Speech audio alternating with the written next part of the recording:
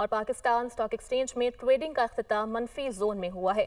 सोने और चांदी की बढ़ती कीमतों को बिलाखिर ब्रेक लग गई है। सोना फी तोला 3,700 रुपए सस्ता हो गया है। मजीद क्या डिटेल्स हैं जान लेते हैं अपने नुमाइंदे हमजा गिलानी से। हमजा, बताइएगा आज मार्केट की क्या सूरत हाल रही मजीद? बिल्कुल, आज भी स्टॉक मार्केट में एक वॉल्टाइल से देखा गया है। वॉल्टैलिटी आज विटनेस की है। सरमायाकारों का एतमाद बात नहीं हो रहा है। ईरान और अमेरिका के माबैन जो तनाव है उसकी वजह से ना सिर्फ एशियन स्टॉक मार्केट जो है वो रेड जोन में दाखिल हुई है, बल्कि स्टॉक एक्सचेंज भी मुसलसल चौथे रोज रेड जोन में ही बंद हुई है। आज हंड्रेड इंडेक्स 1,83,000 से 1,80,000 के गिर्द ही घूमता रहा। मार्केट का आगाज ग्रीन जोन के साथ हुआ था, लेकिन फिर मार्केट जल्दी रेड जोन में दाखिल हो गई और फिर वॉल्टैलिटी हमने देखी।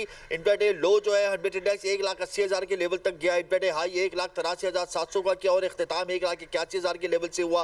रेड जोन के साथ इख्तिताम हुआ। ऑयल एंड गैस सेक्टर आज रेड जोन में रहा। कल तक ऑयल एंड गैस सेक्टर के अंदर हमने रिफ्लेक्शन देखी थी। प्रॉफिट टेकिंग जो है वो आ जाती है, जिसकी वजह से हंड्रेड इंडेक्स सस्टेन नहीं कर पा रहा 183 और 182 के लेवल पे।